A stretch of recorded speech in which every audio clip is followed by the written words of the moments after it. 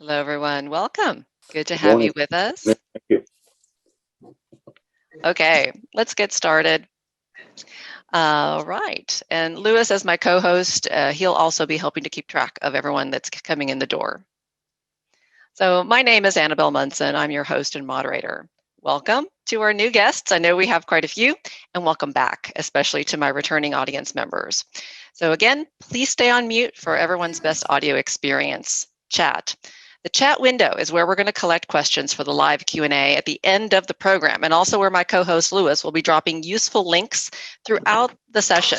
So as an FYI, you can save the chat window information using the ellipses, those three dots in the bottom right-hand corner of the chat. So please do that. It'll save you some effort during the session. So, and one thing I love about chat, it's a great way to connect. So please be sure to say hello. That way we know you're online with us because we may not be able to see you in this great sea of people. So let me start off by saying revenge travel is becoming a reality based on some of the biggest leading indicators we're tracking here at Universal. The continuing uptick in trip inquiries, confirmed trip bookings, hotel room and ground service requests, and certainly, last but not least, the incredible scarcity of aircraft parking that we're experiencing in Greece. When we met last in May, we set the stage for a busy Mediterranean peak season and a prospect for wider reopenings across in-demand regions in Europe. Today, we'll dig further into the European destinations and add more specifics. And as a personal note, I had my first business trip to Las Vegas last week, and that was my first trip in over 17 months. While it was strictly domestic US travel in this case, I can say I was truly amazed and a little excited to see the airports full of travelers, a complete traffic jam of people. And who knew I would be so happy ever again to stand in line for coffee. So I am looking forward to seeing more of this and hope you are too. Let's get to the main event, our speakers today. We're going to start off with Christine Van Bacchus, our Senior Account Manager and COVID expert, who'll share her global regional review, including latest on restrictions, openings, news on high traffic events worldwide, and top tips for avoiding pitfalls for both crew and passengers. Adam Hartley, leader of our Universal Global Regulatory Services team, with news on Canada, US, and Mexico, as well as top tips for trip flexibility. Next, the latest information from Europe and the Mediterranean from our Universal Aviation and Air-to-Ground Concierge Handling regional experts on the ground. That includes Jason Hayward, our General Manager for Universal Aviation UK London Stansted, for a much anticipated UK access update. Isabel Grazon, Senior Representative, Air-to-Ground Concierge France, to share the latest on France opening guidelines. And we're welcoming back three of our guests from May to shed more light on what's the evolving situation in Europe. That includes Dimitra Kirikopoulou, Director Operations and Customer Care for Universal Aviation Greece; Gonzalo Barono Jr., Operations Manager for Universal Aviation Spain; and Andreas Braccia, Operations Manager, Universal Aviation Italy. He's got news from both the Italy and Croatian side. So we're going to close the day out again, like usual, with your questions. So again, save those if you can for the second half of the session, and we'll get to as many as we can. We'll try to stay online with you to answer as many as possible. If need be, we'll stay on till 15 after the hour. So that's 1:15 Central if there are enough questions. All right, I am going to start off with Christine. As always, let me put you on spotlight for everyone. Let's start off with an update on the Caribbean. So for the Caribbean, there are two islands I wanted to mention here. The first one is Anguilla. Through June 30th, vaccinated persons that are traveling to the island will have to quarantine for 7 days. But as of July 1st, only vaccinated persons are going to be permitted onto the island, and those will be quarantine free. Then we have St. Bart's. It is following the French guidelines. So as of June 9th, persons coming from the US may enter St. Bart's as long as they are vaccinated and have either a PCR or an antigen test prior to arrival. Got it. And what's the latest in Central and South America? For Central America, things have remained relatively stable, so there's nothing to mention there. As far as South America, it's Uruguay. So effective June 1st, U.S. persons looking to travel down there may do so if they can get government approval. If they're able to obtain that permission, and as long as they're vaccinated, then they can enter the country quarantine-free. All right. We're about to go into that detailed review I mentioned at the beginning of a few European locations, courtesy of our Universal Aviation team members. But what other news do you have for us to share on Europe, Middle East, and Africa? So, of course, Europe is opening outside of the locations that my colleagues will speak about. First, we have Denmark. They are accepting US vaccinated persons into the country. Germany will permit US persons into the country if they have been vaccinated or can furnish proof of recovery from COVID. And last but not least is Portugal. They just opened up their borders to US persons, and all they need to have is a PCR test for entry. As far as the Middle East is concerned, two countries to mention here. The first one is Lebanon. They are permitting US persons that are vaccinated into the country. What's important to note here is that for the proof of vaccination, 2 weeks must have transpired since the last dose. Of course, they'll need a PCR test 96 hours prior to arrival. And then when they do enter, they can omit quarantine and the arrival testing. On the other hand, we have Jordan that's accepting the US persons that are vaccinated. Of course, the same type of proof of vaccination with Lebanon. In addition to that, they'll need to have a PCR test 72 hours prior to arrival, complete an online registration form, and complete a health declaration.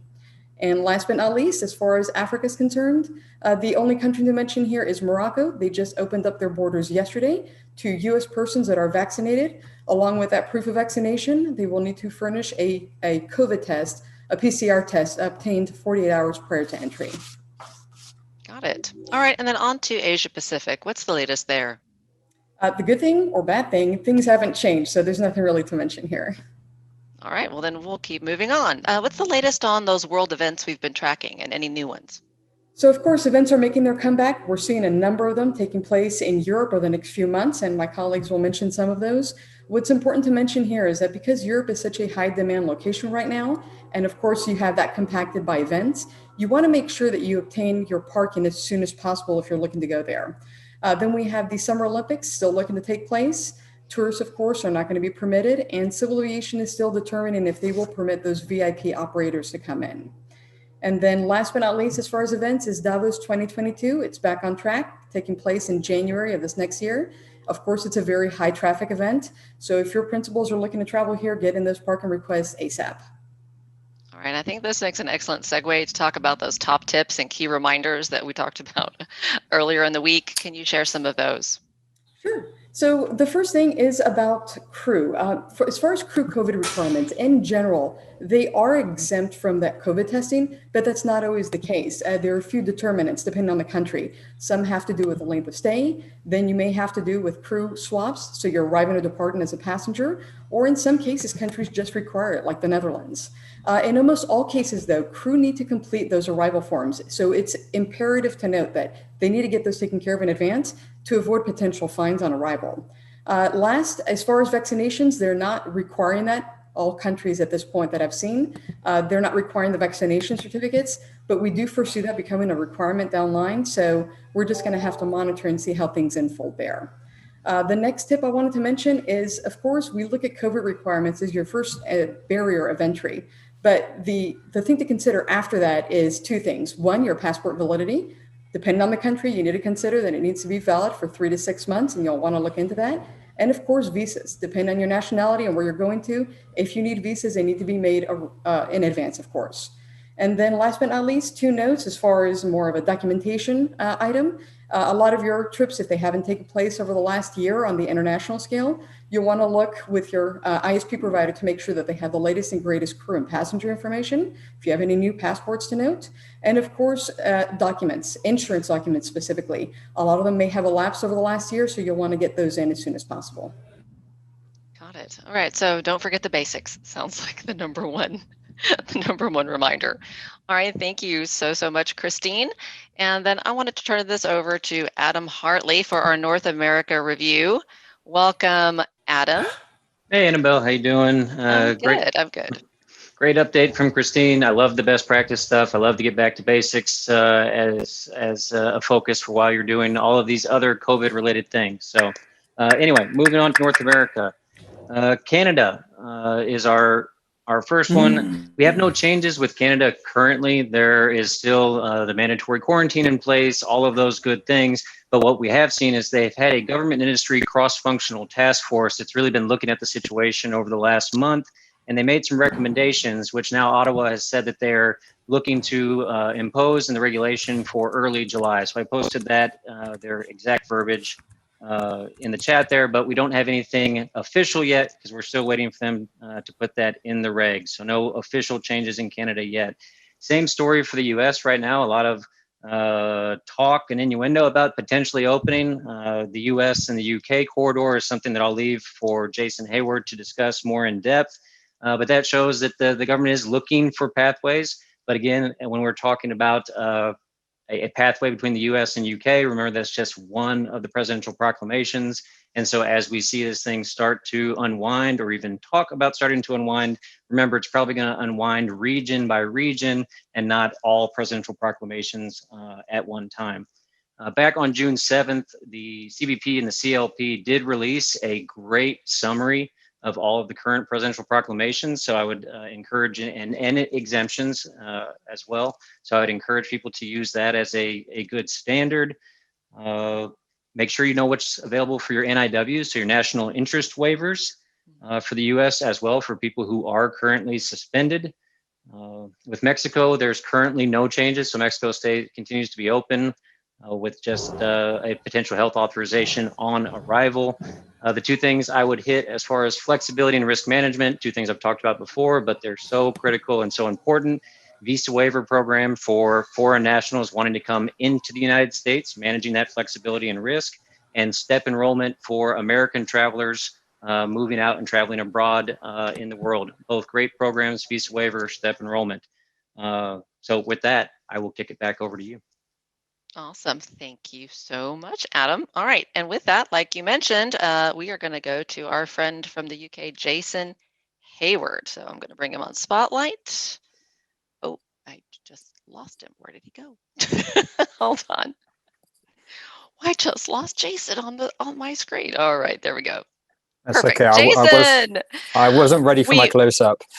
We missed you, but now you're back. All right, so let's move into part 2 of the European Summer Review. Oh, but if you give me a moment, Jason, I did want to set the stage with everyone, since we're going to go through a lot of Europe right now. For this next segment, and this is for all of the audience, I've once again invited our senior members across the Universal Aviation teams to walk through a set of questions about each of their regions with the goal of honing in on essential operations and crew passenger experience factors. In other words, the stuff that's really going to matter to you to get into the country, as well as function in the country and then depart. However, keep in mind, as much detail as our team members are going to provide, not all details are going to be available for each and every location, and we can't cover them all here. It's still an evolving target in some parts of the world, and you're going to hear that directly from them. As always, your due diligence specific to your trip, your crew, your passengers, via your trip support team, our feasibility guide tool, via the local ground resources, and simply by giving yourself as much lead time as possible, all that's going to be essential. And just a reminder again, the links that you're going to see populated into the chat, you can save those off using the ellipses at those 3 dots in the bottom right-hand corner of your chat window. Do that before you leave today from the session, so you're able to have an easy reference. All right, so all of that. We have Jason. And Jason is a returning member of our webinar team. Last time he was on stage with us, we saw him at the very beginning of 2021. We talked about the impacts of Brexit. Since then, a lot has transpired. So he's here to address the current state. So let's start with that very top question we're getting right now.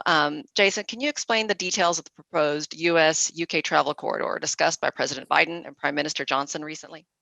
Well, it really was just that. It was talks about talks. Essentially, government speak for kicking something a little bit further down the line. But the USA has set up 2 task force to hopefully put in place reciprocal travel between not just the UK and the United States, but also to mainland Europe as well. So we will await the outcome of those talks, hopefully in the not too distant future.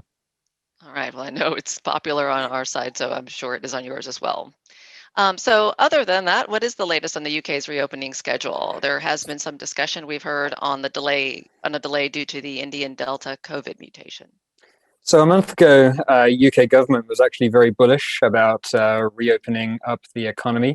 But 4 weeks is a long time in a pandemic, it seems. And so Freedom Day, as it was being touted, which was this Sunday, has been pushed back for about 4 weeks, whilst the government tries to get a grip of this new variant, which is a lot more transmissible than previous versions. Understood. So speaking of things that are changing, we do have some events happening in the region, such as UFA starting again. And how are things going for travelers? Is it going smoothly?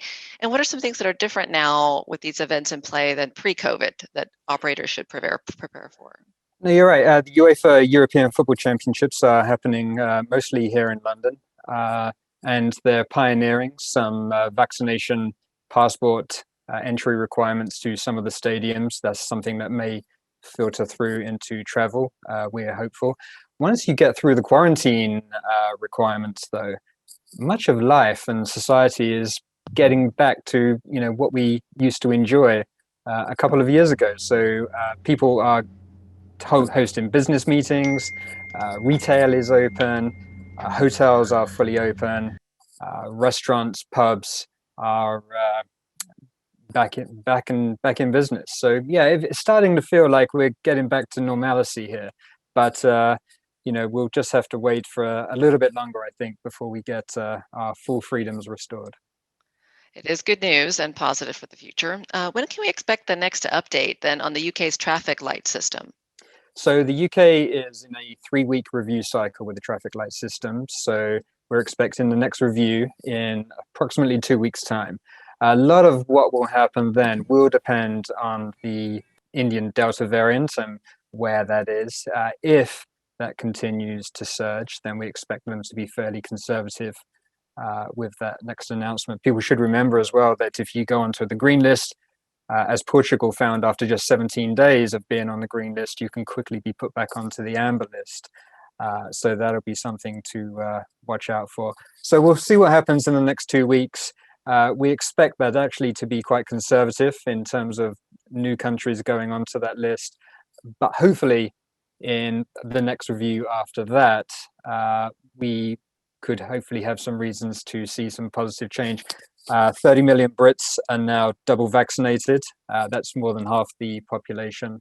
There has been a break in hospitalizations and deaths from the amount of infections that are happening. So the vaccinations are working, they're doing their job. We hope that will then transmit into opening up the borders again. That's excellent news, to say the least. What else is new in the London markets that you can share? So airports are preparing for revenge travel, as it seems to be being hashtagged. Luton Airport, which is a low-cost airport, has already put in place a ban on GA night slots. So you cannot get a night slot between 2300 and 0600. But RAF Northolt has extended its hours Monday through Friday to 2000 in the evening. So a bit of yin and yang with operating hours there. It does leave Stansted Airport as a 24/7 option, though. Got it. And then finally, before you leave us for today, any best advice or recommendations you care to give operators?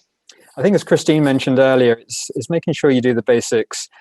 Crew do need to fill out passenger locator forms, even if you're only on the ground for 1 hour. And I can't leave without mentioning something Brexit related. So if you are transporting Brits to Europe, they now need to have a minimum of 6 months validity on their passport, which is catching people out. But in return, the British Border Force team will no longer recognize EU ID cards from October this year, unless that EU national has UK residency, and at which point they will remain valid as a travel document up until 2025. Indeed. Well, back to the details. Mindful of the details, in fact. Indeed. Well, thank you so much, Jason. Look forward to having you back soon. I'm going to bring on now Isabel Grazon with our A2G concierge service. She is based in France and covers a lot of southern France and the surrounding region. So welcome, Isabel. She is our first-time guest. Very happy to have her with us. Bonjour. And Bonjour, a pleasure. So needless to say, France has been at the top of many operators' wait lists during the pandemic and this restriction period. Now that France has announced opening to international travelers, what can you share with us about the guidelines for entry? Is there a process to follow, health forms, tracking, quarantine, testing, and how does this impact customs and immigration?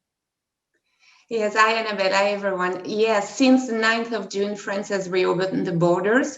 They made three categories. They made the green list country. It's mainly Europe and UK. There is no restriction for vaccinated passenger, and for non-vaccinated passenger, just need a PCR antigenic test. Then they made the orange list, where the US is.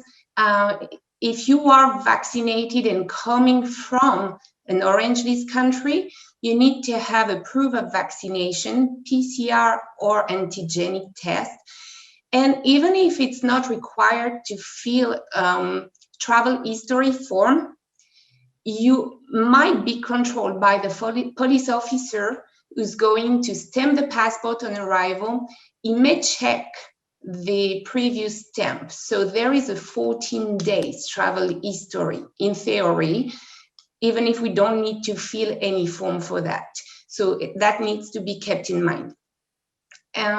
For the non-vaccinated passenger, then they need an imperious reason for coming into France.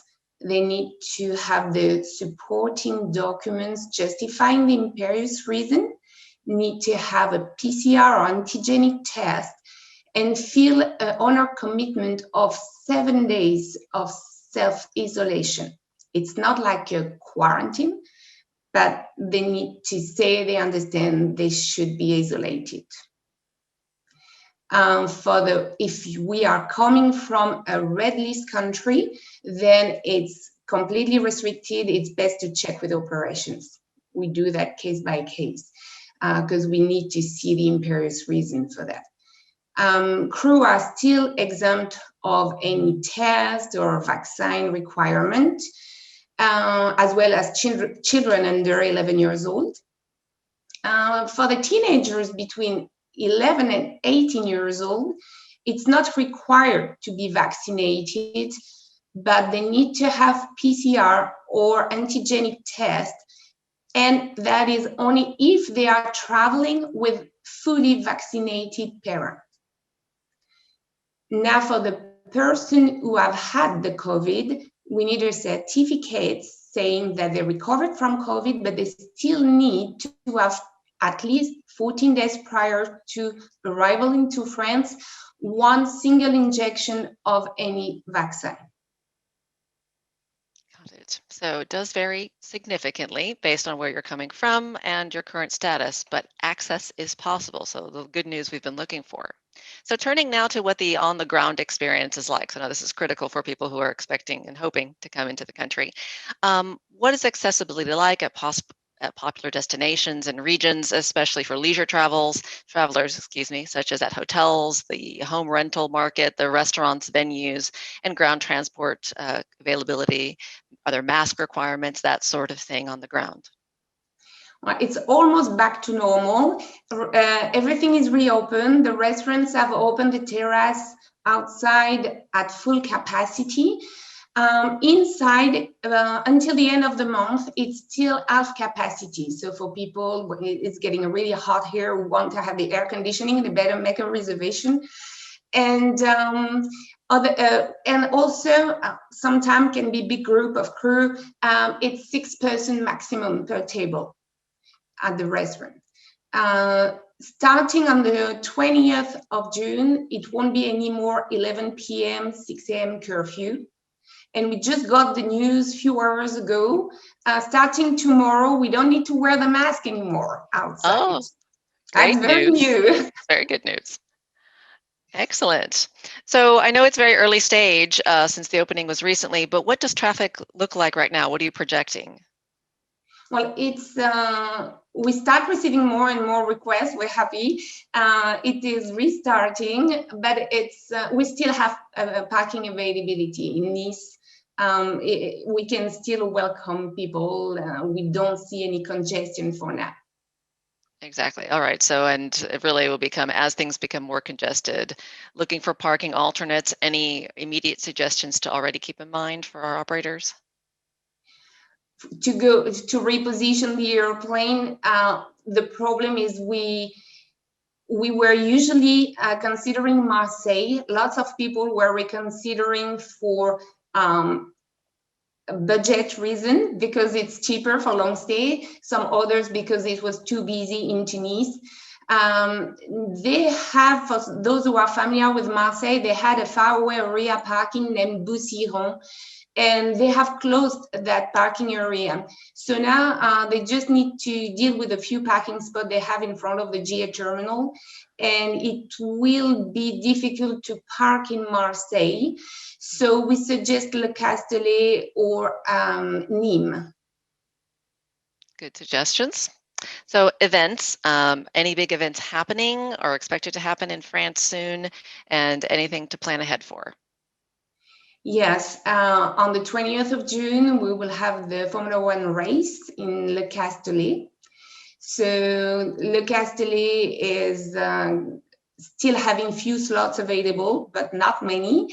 Marseille Airport is, which is the closest international airport, is close to saturation also.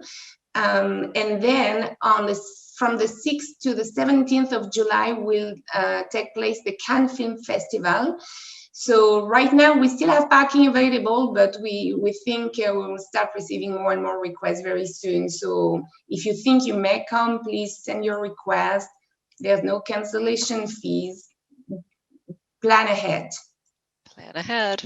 All right. And then what about access into Monaco, also a popular destination?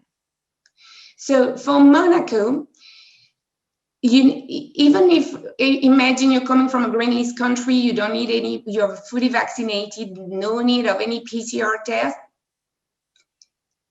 When you will enter Monaco, you will be required to show a PCR test. Anyone older than 11 years old needs to show a PCR test that has been performed 72 hours prior to the arrival into Monaco.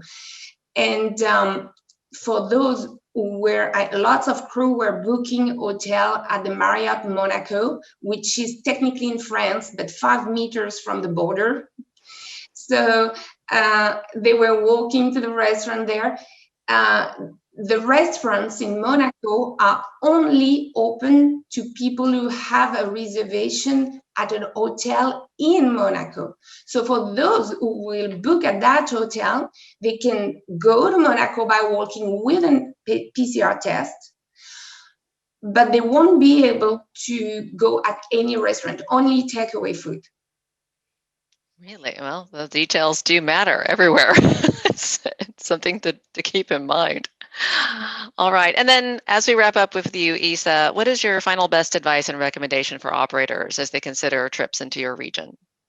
To call us before coming and check it. We will check every details for the passenger, for the crew, just making sure they get in touch with us prior to their arrival, because at some secondary airports, especially for immigration, it's done by the custom officers, like in Avignon, Le Castellet. Whether in the big airports, main airports like Paris or Nice, it's done by the police. So it's two different approaches, and they have two different interpretations of the text.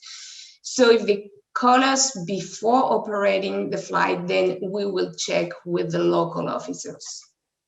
Good advice as always, and hope to have you back to tell us more about what's happening in your region soon. Thank you so much, Isabel. All right, I'm going to go then to our friend Dimitra from Universal Aviation Greece. Welcome back. She gave us a preview in May of what we could expect in Greece during this busy season. Thanks to their reopening to leisure travelers, she's back to share more specifics on what it's really been like in this summer hotspot. So hello, Dimitra. Can you give us a quick recap on the restrictions for especially US and Canadian-based operators as they go into Greece, and any other key access notes for international travelers? Hello, Annabelle. Hello, everybody. Thank you for having me back. It's great being here with all of you again. So we don't really have any changes since we opened our borders to leisure mid-May, only just a few additions to the list of non-EU national and residents approved for entry. So US, Canadian, UK, Saudis, United Arab Emirates, Australian, and many, many more are still good to come to Greece. submitting the passenger locator form up to the day prior to their trip. And this is important because the link is not available the same day. They have to do it up to a day before. And also by holding a negative PCR test of maximum 72 hours prior to their arrival, or the vaccination certificate with the whole process completed at least 14 days prior to their arrival, or proof of recovery last positive antigen test between 2 to 9 months, and or the newly established EU digital COVID certificate. So many options, but all important to note. So anything new to add regarding the experience on the ground, much like I covered with Isabel, in terms of hotels, restaurants, venues? Obviously, you've been open longer. Yeah, we are still slowly but steadily lifting restrictions. The night curfew is now reduced just between 130 to 500 local in the morning, and is expected to be totally cancelled by July 1st. Also, there are some restrictions related to nightlife that are lifted, like music is finally back at the restaurants and the bars. And the open venues, they are now accepting concerts and all these events happening with percentage of capacity, not full, but we see the first concerts in Greece, and it's very, very nice. The few hotels that were still closed, they are now opening again. So it's slowly starting to resemble to the pre-COVID life, if I can remember how this was. I'm not sure I do. We are all hoping to remember very quickly. Yeah. So based on what you're seeing, what does the current traffic situation look like in the next 30, 60 days, and the congestion or hotspots to note?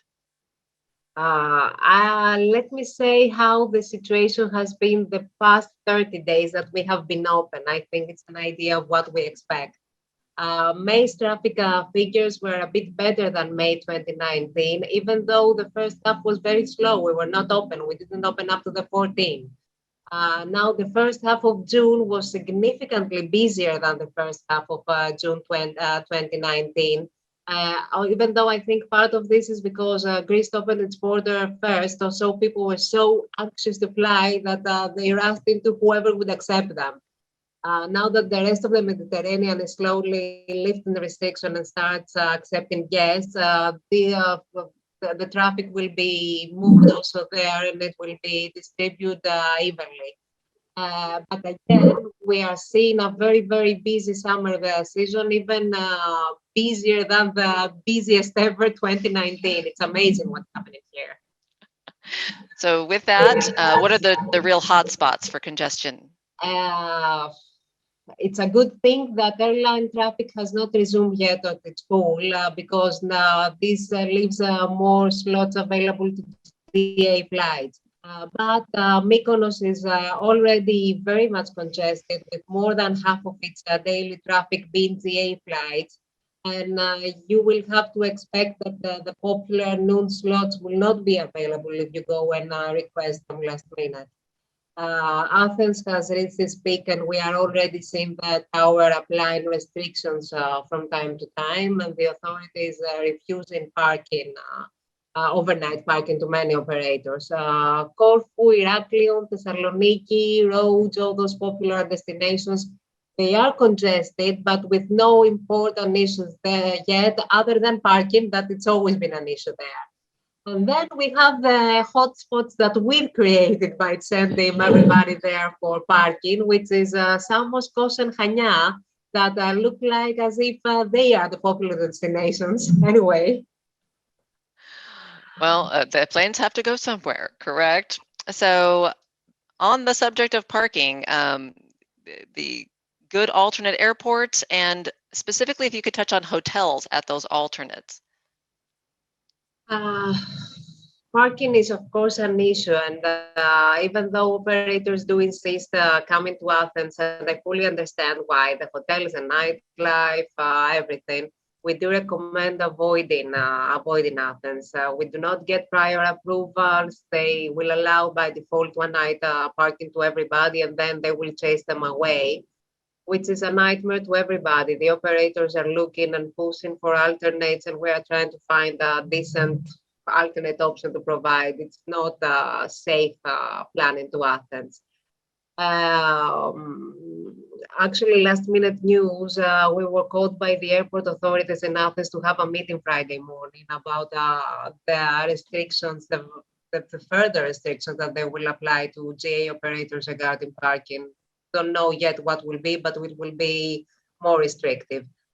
Now about the alternate airports and their hotel accommodation, as I said, Samos, Kos, and Chania are the number one options for parking because they are international and open at 24/7. So if a trip comes up, it can be accommodated. There are hotels there. We can assist by booking something nice for the cruise. Then we have the secondary options like Kavalia, Ioannina City, Alexandroupoli, Boulos. All these are small airports and they have their own peculiarities that we need to take under consideration before applying there. Obviously, these are not the really popular destinations to get a nice hotel or luxury resorts, but there are 5 and 4-star hotels available there, and we will be able to help everybody arrange their accommodation. Of course. So a lot to keep in mind there. So now that you've been open and handling flights, what's been the process for operators and the experience for passengers on the actual path through the airports? We urge all operators to send us in advance the PLF and the COVID dogs that their passengers will supply, like the vaccination certificate or the PCR. This will allow us to check in advance and make sure that everything is in place and we won't face any issues. Until now, this is working perfectly. Packs are processed smoothly and quickly. There are random tests from time to time to passengers, but even if this happens, we do apply priority, we do assist them all the way through, so it's not really causing any significant delay or great inconvenience to them all. Understood. And then major events that may be impacting congestion as well? In July, we are hosting the FAIR 2021 in Athens. This is a major defense system exhibition taking place between 13 to 15 of July at Athens Airport Exhibition Center. We expect that it will be very, very busy with stage flights, exhibitor flights, and guests coming in. Got it. And then finally, to wrap up, your takeaways for operating into Greece, tips and advice? Don't book hotels if you don't have a parking confirmation. It's like throwing your money away. Next, please don't hold parking at multiple locations. If you don't intend to use that, release it so you give us the option to take advantage of airport's full capacity. You are the ones landing at the airport saying, why did you refuse parking? It's empty. Because nobody released it before. Last, make sure that your passengers do fill in the passenger locator form and do send over all the documents. If we spot the issues in advance, we solve the issues in advance and we provide a smooth and more relaxed experience to your passengers. And last, act quickly. When it's a last minute offer for a parking or a slot or something, we cannot hold on to it. There is an increased demand, so it's either book it or leave it. We cannot just keep it there waiting. This is it. Always good advice. And Dimitra, a pleasure having you. I know you were super busy, so thank you for making the time. All right, then I'm going to turn over to Gonzalo from Spain. Welcome back. Also joined us in May, but we do have some great news out of Spain. Spain is now reopening, and could you share with us the guidelines for international passengers and crew? Well, thank you, Annabelle. Hello, everyone. Yes, the improvement of the epidemiological situation in Spain and developing progress in the vaccination rollout, both in Spain and many countries around the world, make it possible to ease the measures for entry into Spain for tourist purposes since the 7th of June 2021. The main new features are the acceptance of EU-approved rapid antigen tests vaccination certificates and recovery certificates for travelers from the European Union, as well as the opening to tourists from non-EU countries with vaccination certificates. All crews are exempt of any certificate except when traveling into Canary Islands and planning the overnight in an hotel. Also take note, PCR tests must now be issued within 48 hours prior to arrival in Spain. It used to be 72 hours. Understood. So what is the process like? A health form submission, any quarantine or tracking once on the ground? Well, all passengers traveling to Spain from a EU country have no restrictions at all. Just need to fill in the Spain travel health form and one of the three options, either certificate of vaccination, PCR test issued within 48 hours prior to arrival in Spain, or a certificate of recovery, a proof that the disease has been overcome. The only exempt of these are the children under 12 years of age. However, they must always have the travel to travel with the health form QR. These certificates only valid in Spain, in Spanish, English, French, or German. If passengers travel from non-EU, non-Schengen countries, they will only be allowed to entry for leisure if they have fully vaccinated certificate with the last dose at least 14 days prior to arrival, and also the QR travel health form. If not vaccinated yet, only business and approved justified travelers will be allowed. Regarding quarantines, only quarantine of 10 days apply for travelers that come from Brazil, South Africa, or India, but these flights are subject to authorities' prior authorization. And then as far as once they're from, especially for the leisure traveler, any restrictions when they are within the country? Well, once they enter Spain, there are no limitations regarding traveling within the country, but depending on the sanitary evolution on each city, some may require also the previous certificates, such as vaccination, PCR tests, or recovery tests for entry, such as the Balearic Islands and the Canary Islands. Also, if traveling into the Balearic Islands, please take note they have their own local health form. Again, the details by location do matter. So any update on the airport and customs process or speed of processing through the airports? Well, no updates on airport customs process. Just be aware there might be some random sanitary tests, including verification of certificates and on-site PCR tests, despite having the vaccination certificates. If you could please send ahead all the certificates and QR codes, it will make the process easier and faster. All right, and then on to our very popular topic for today, parking. What's the parking situation like for you in Spain, especially for locations like Ibiza?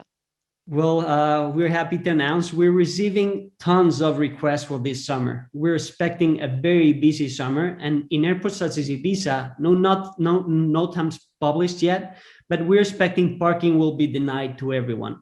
So plan ahead, repositioning to other airports, but Balearic Island airports will be either full or parking denied. We always suggest as closer locations, Alicante, which is Lima Echo Alpha Lima, or Valencia, which is Lima Echo Victor Charlie. Or if what you need is a less humid and non-salty environment, you can always fly to Madrid, Lima Echo Mike Delta. All right, and any major events to note coming up for Spain? No major events coming up besides busy summer. That's sometimes all we need. So any final tips or advice? Well, please don't hesitate in asking your ops or myself any questions you might have. We're here to help and assist. We strongly recommend to plan ahead, gather and send all information as soon as able. The more information you can provide ahead, the better. That way we can secure and confirm all possible services, and so can you. Excellent advice. Thank you, Gonzalo. Hope to have you back again sometime soon. Thanks for joining us. All right, and now we close with our friend Andrea, who is an absolute webinar veteran at this point, 3 appearances in a row. We'll get you something special for that, don't you worry. So welcome, and please tell us the latest for Italy, any news to report or changes. Hello, everyone. Glad to be here again. So good news. From the 1st of July, Italy will adhere to the EU COVID certificate platform and will accept vaccinated, cured, or negative tested tourists without quarantine obligation. We're actually crossing our fingers because it could happen sooner, so we're almost there. Excellent news. Any additional insights on the on-the-ground experience, the leisure travel for the leisure traveler especially? Restaurants, hotels, home rentals are fully open. Italy's regions are divided in colors, and since the 14th of June, 2 days ago, almost all regions are now white, which means low to no risk and no curfew. Excellent. So based on what you're seeing, what does traffic look like in the next 30 to 60 days? Any expected congested areas? We can really feel the general desire of people to finally have a normal vacation during this summer. So traffic expectations are really high. July, August, and September will be very, very busy. And events, especially since these can add to congestion. Any news there? Yes, the UEFA European Football Championship already taking place in Rome. We have the Formula One Grand Prix and the Furniture Fair in Milan in September. Still in September in Venice, there will be the Movie Festival and the Biennale Art Festival, which is already taking place until November. We expect more events to be confirmed soon, and don't forget that if you need tickets for whatever event, we are happy to assist. Excellent. Why not join in? And of course, Andrea, we're eager to hear any advice or recommendations you have to make operations smoother and more efficient into the region, including alternate parking locations. The airport's overall response to traffic improvement has been good. So some airports are still suffering. So before planning, give us a call or send us an email just to make sure that the planning is feasible. We have divided Italy in 3 zones. In each zone, we have multiple parking solutions, mainly just to mention a few. In the north, we have Milan Linate, Malpensa, and Genoa, commonly used as a repositioning for Nice. In the center and the south, we have Rome and Olbia. In the south area, it's worth to say that Salerno is temporarily closed. So if you need to go to Naples and the Amalfi Coast, we suggest to operate to Naples for a drop-off, but then repositioning needs to be planned. And before I let you go, Andrea, let's not forget you also cover Croatia, popular destination as well. Can you give us a brief update on the region since we've seen the trip numbers increasing? And Croatia is fully open to international travelers, correct? It is correct, yes. Tourists that have been vaccinated against COVID-19, received a negative test result, or recovered from the infection can enter Croatia with no quarantine. And the process, specifically any forms to submit or tracking required once on the ground? Yes, first of all passengers must fill in a passenger locator form on a dedicated website, and then all relevant documents have to be provided to the airport authority, but it's something that we can take care of. Good news. And for Croatia, aircraft parking when it comes to congested areas, suggestions and tips? Yes, Split, Lima Delta Sierra Papa is the only airport with heavy parking issues, so be prepared to reposition to other locations such as Dubrovnik, Lima Delta Delta Uniform, or Bratz, Lima Delta Sierra Bravo. We are fully ready for the highest traffic possible, so please feel free to reach out. All right, well, this is what we love to hear. So thank you so much, Andrea, and especially for joining us yet again. All right, so that brings us to the close of our planned content. So what I do want to do now is bring on our experts and for our pre-submitted questions. So let me bring on, I think we're going to start off with, oh, actually, I'm going to keep Andrea spotlighted because he has the first question. But before I go to you with that, Andrea, just a reminder, if you haven't already put in your questions into the chat, please do so now. Now is a great time. We're going to start off with the questions that we had submitted in advance, but it gives Lewis a chance to catch up on the ones that are coming into the chat window. So please go right ahead. So Andrea, for Italy, a client wants to confirm corporate aircraft and passenger are allowed in Italy as long as they have been in a Class C country at least the prior 14 days. Yes, currently, if they have been only in countries listed in the list C in the last 14 days, they can enter Italy for tourism without quarantine, but a PCR is still needed. Understood. Thank you for that, Andrea. Christine, if you had COVID and recovered and you do not want the vaccine, will that be enough for entry into international destinations? And they also have a general question about how long we foresee the mask mandate being enacted. Well, when it comes to the vaccine and the proof of recovery, each country is different. So some countries will accept the recovery. So you're going to have to furnish documentation along with positive PCR tests. There's a certain time frame that they'll accept that. If it was within usually the last 3 to 6 months, outside of that, they may not. So we're going to have to look at a specific country to see what is and isn't permitted. Also, when it comes to mask mandates, that's of course, by country. Countries like, France that Isa mentioned previously are looking to remove the mask mandate, but we're going to have to look at it on a case-by-case basis. Understood. And I have another one for you, Christine. Are there any issues obtaining a China visa for U.S. crew members? The particular client that asked this question had crew members advised by another source that due to political issues between China and the U.S., visas were not being issued at this time. Based on what I understand, G3 visas is of course correct on that. There are political issues for multiple different reasons. Also, the country is very heavily regulated. Entry is only permitted if you're able to get permission from the top level government type approval. So as of this moment, I haven't seen one aircraft be able to do that in recent months. Understood. So, Christine, another one for you. Are non-vaccinated crew members subject to the same entry and quarantine policies as tourist or leisure travelers? Assume this is a blanket question for most international travel. So I've kind of touched on that previously. As far as crew are concerned, crew in general are exempt from vaccination requirements right now. They're exempt from COVID testing. Of course, that depends on the country, length of stay. And of course, some countries still do require it. They still require to complete the forms for entry. So we're going to have to see what happens. But based on things I've seen in recent times, the vaccination requirement may be imposed on crew down line. So we're going to have to kind of watch that.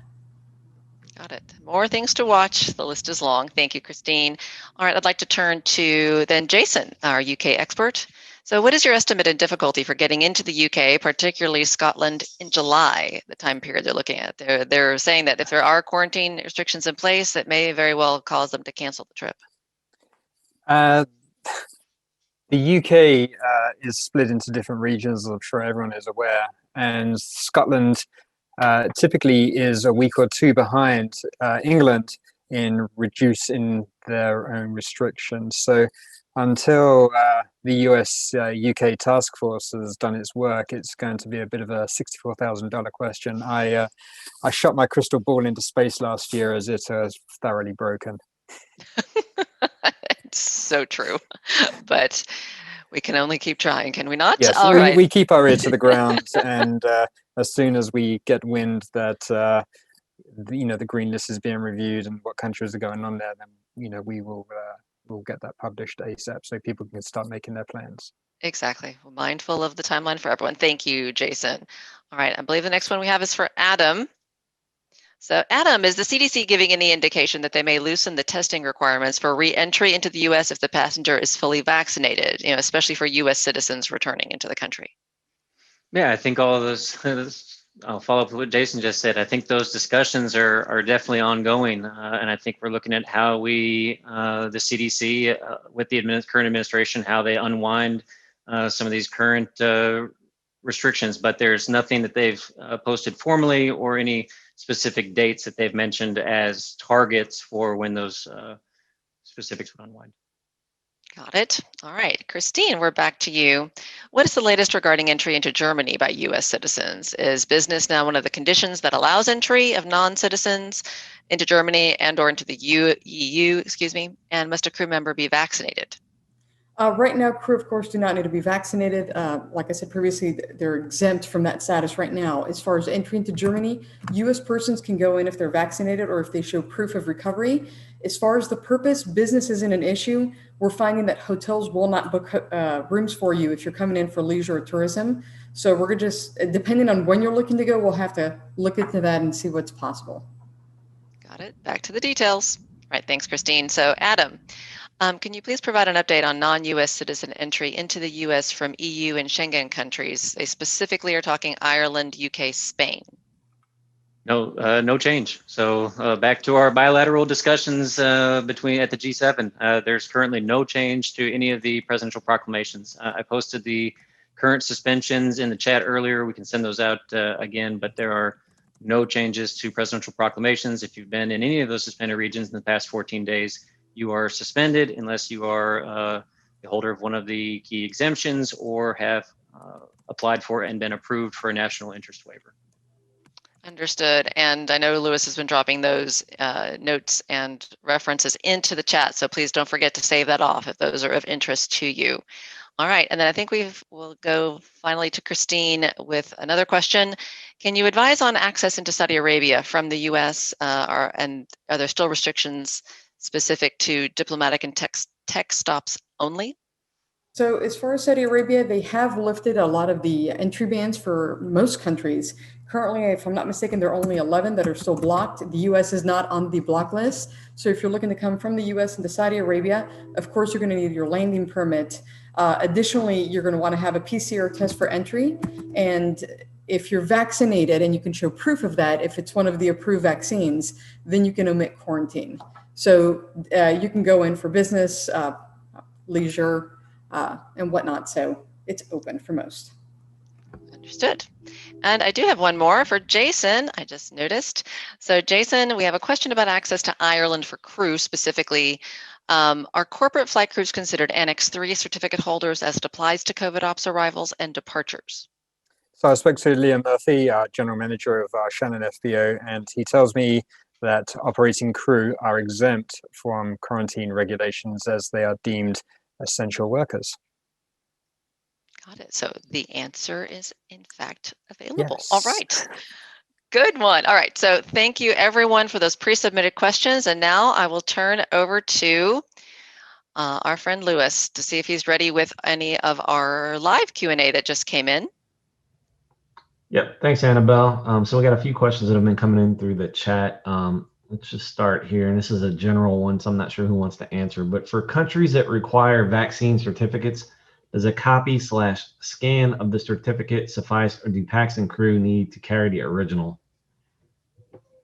I can take that one. I think my colleagues mentioned that before. It's recommended that you send copies of those vaccine certificates in advance or the PCR testing. That way we can send it to the handler and make sure that everything is taken care of and or accepted on arrival. But for entry into any country, you want to have the original, not a copy of it. Thanks, Christine.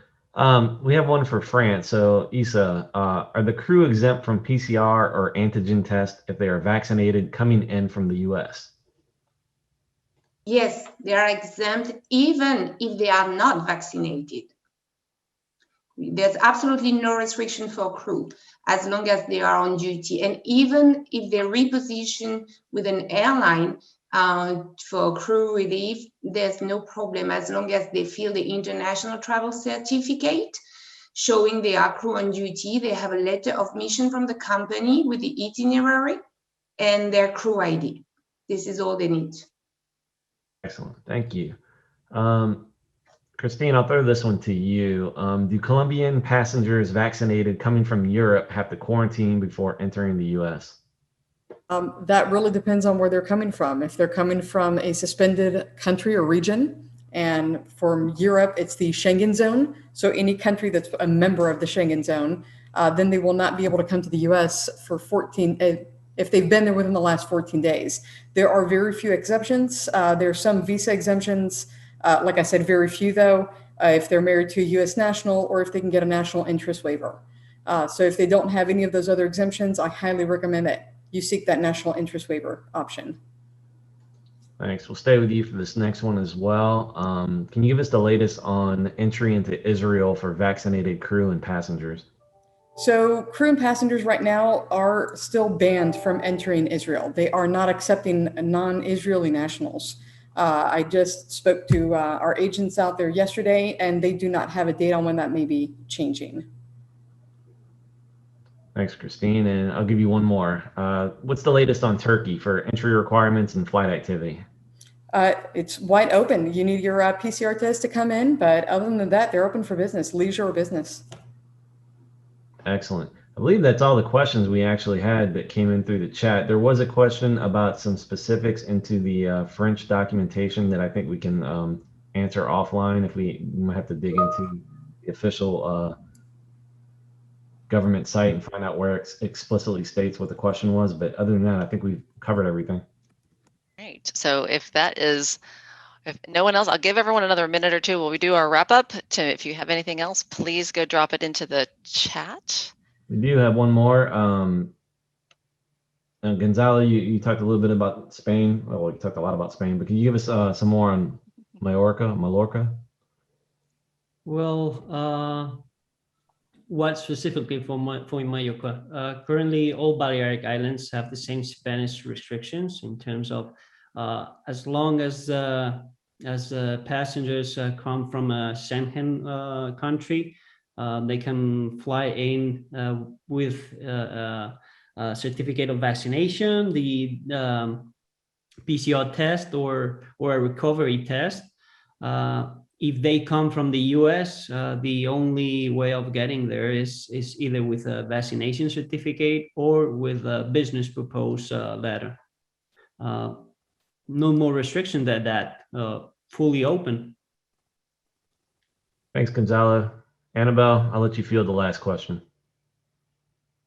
All right, we have one more. Does everybody get a universal shirt?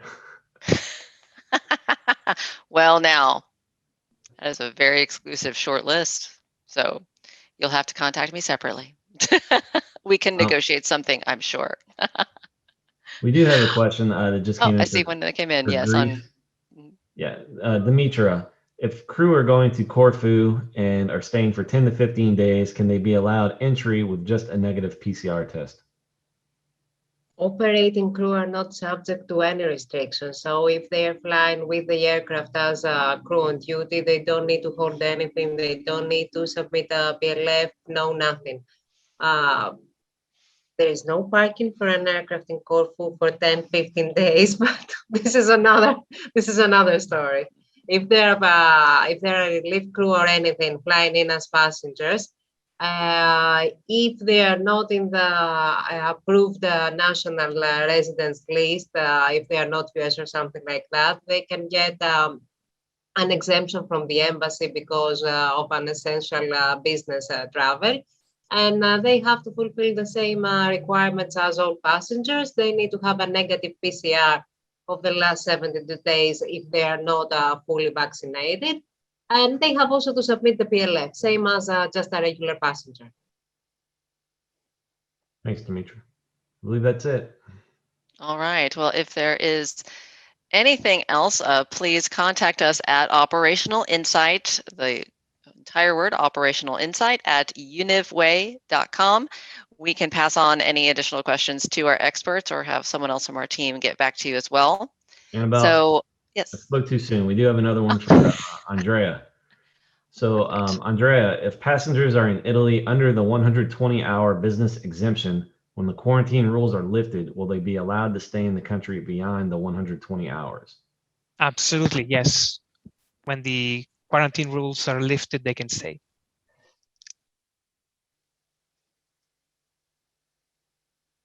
Thank you. I'm not seeing any others, so I think we're caught up. All right, we'll try it again. But more importantly, if you do have another question, reach out to us. We'll make sure you get an answer as quickly as possible. Do not forget, we had a ton of information shared in the chat this time around. Please save that off if that's of interest, so you don't have to manically keep copying and pasting before I close down the session. Again, those little ellipses in the bottom on the right-hand corner, please save it off for your benefit. Once again, a pleasure to have you all. We hope to see you again in July for our next program. That is, of course, unless we have some amazingly important breaking news, we will then have a session in between. But we'll look to see you the mid to latter part of July. And remember, send in any topic suggestions, guest speakers you'd like to see to me at operationalinsight@univway.com. It's a great place to pass it on. And I had an amazing array of speakers, 7 of you this time. What an incredible feat getting it all in about, I think we saw about 50 minutes altogether. So great job, and appreciate you sharing all that expertise with our listeners and our viewers. Hope to have you back again sometime soon with even more news, good news about the opening that continues. To our guests, thank you, especially for your time. The session is fully recorded, so the link will be out in tomorrow's COVID operational email that goes out on Thursdays. Look for it there, and that's a great place to share it with any of your colleagues and coworkers that were unable to make today's session.